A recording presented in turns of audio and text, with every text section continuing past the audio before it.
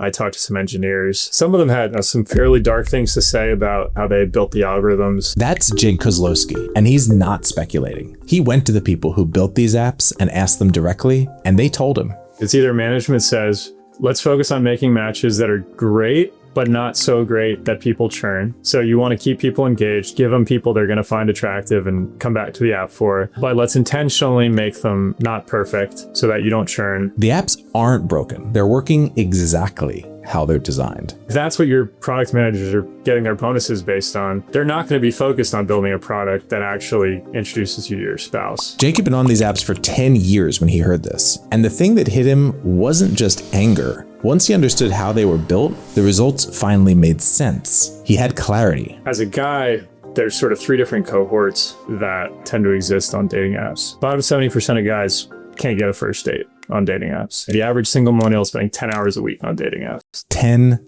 hours a week on a product designed to keep them there even longer. They're great for dating, but if you're looking for commitment, they're not super effective at that. It's sort of a slot machine. Jake knew the truth. It shouldn't be that hard. This is the story of what happened when 3 people, each of them broken by the system in a different way, built something that actually works. Jake grew up in a household that fell apart. From a young age, it always mattered to me to have a 2-parent household when I created my own family, because I knew what the opposite was like. His parents divorced when he was young, so when he started dating, he wasn't looking for something casual. He was looking for the real thing. And what he found instead was 10 years of swipes. But then he got access to the people running the machine. I actually interviewed dating app execs. I talked to a VP at Match Group. I talked to some engineers. Some of them had fairly dark things to say about former engineers in particular, about how they built the algorithms really to intentionally not work super well, because their incentives were to keep you subscribed and engaged. When he heard what they told him, something clicked. I feel like there's a better way to do it if you did want to build a technology product. The idea for Keeper was born out of that. But he couldn't build it alone. And the 2 people he'd eventually bring in, their reasons for caring weren't necessarily similar to his at all. In some ways, they were even more intense. Cody Zervas grew up differently. His parents are still married.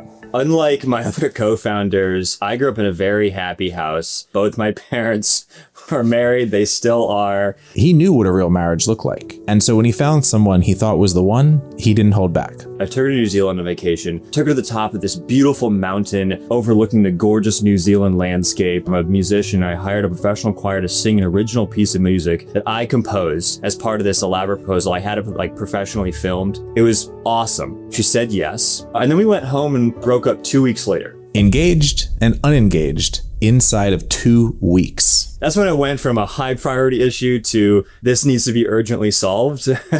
His next move was very Cody. I had this little thing I called my wife bounty, where I put up a $20,000 reward for whoever introduced me to my future spouse. Then he found Jake on Twitter. Keeper's 3rd co-founder came from somewhere else entirely. Wes Myers was an only child, and his mother died when he was very young. He grew up watching his dad go through relationships that never held. I always wanted brothers and sisters. I watched my dad just over the course of my childhood and when I was a teenager and my young adulthood, just go cycle through relationships and be in relationships for a matter of a couple of years and just have none of them ever work out. He dealt with all that by becoming an army captain in air and missile defense. Someone whose job it was to be exactly where he was needed. But then that chapter closed and he wasn't sure what to do next. No one needed me to shoot a missile anymore, so what do I have to offer anyone right now? He was about to start his MBA at Wharton when he heard Jake pitch Keeper at a party. I met Jake in 2022. He was telling us about Keeper, and at that point, I don't think he had incorporated the company yet. It was just an idea, and it stuck with me. You know, we'd gotten lunch. We weren't necessarily there to talk about Keeper, but we've seen this for the past 3 years. Is every time the topic of Keeper comes up in any conversation, that's all anyone wants to talk about. He deferred Wharton, messaged Jake, and offered to work for free.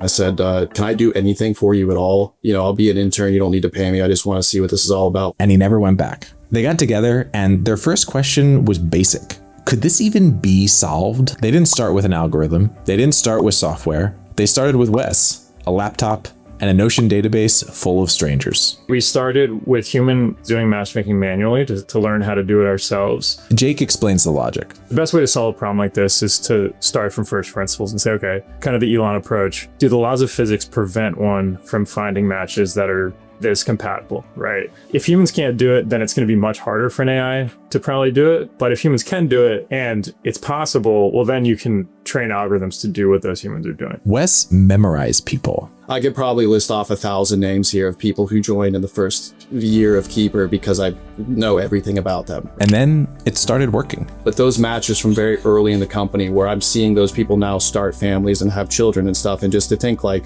you know, this only happened because I pressed buttons on the keyboard and I looked at them, and I maybe even had doubt in my mind when I looked at it the first time, but realized, no, there's something here that makes these two people fit together particularly well. It's extraordinarily satisfying. The hit rate they were producing made no sense for a startup. 1 in 10 first dates from Keeper led to a marriage or engagement. On Tinder, that number is 1 in 10,000. The question was why? What was it that they were actually doing differently? It's not just that other matchmakers are bad. It's not just that the dating apps are bad. It's that their approaches are fundamentally mathematically incapable of solving this problem. They will never solve it. The math starts with one number. Our estimate is if you take a random sample, random pool of people, your soulmate's probably going to be 1 in a million. Dating apps have the scale to search millions of people, but they ask surface level questions. Upload a photo, answer 3 prompts, and start swiping. They were never built to actually help you find the one person who's right for you. Traditional matchmakers ask the right questions, but they work with a few hundred people at a time. They go deep, but not wide. Nobody had ever been able to do both at the same time. A traditional matchmaking service, they just simply mathematically cannot search through enough people at the level of depth required to consistently find soulmates. You can't do it. Keeper's onboarding takes at least 45 minutes and asks over 100 questions, because that's what the problem actually requires. Obviously, I think we can actually build the first soulmate search engine using both LLMs and other forms of AI. The AI handles 95% of the matchmaking. Human matchmakers verify the final result, and the company only makes money when someone actually finds a relationship. So you need a business model where you only make money if the person actually finds success. If you add that frame, well, then suddenly the product you build looks very different than what the dating apps do today. In October 2024, they closed a $4 million pre-seed round, but it wasn't an easy raise.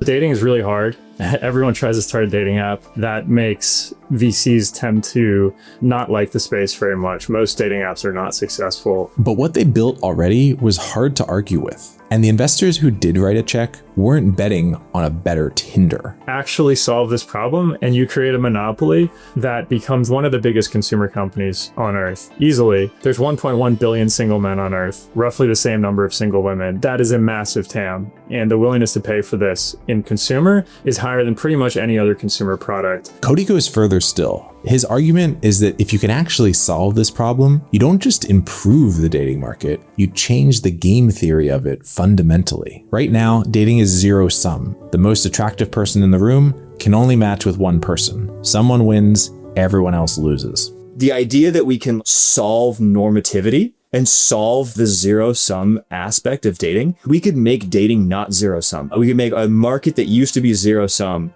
positive sum.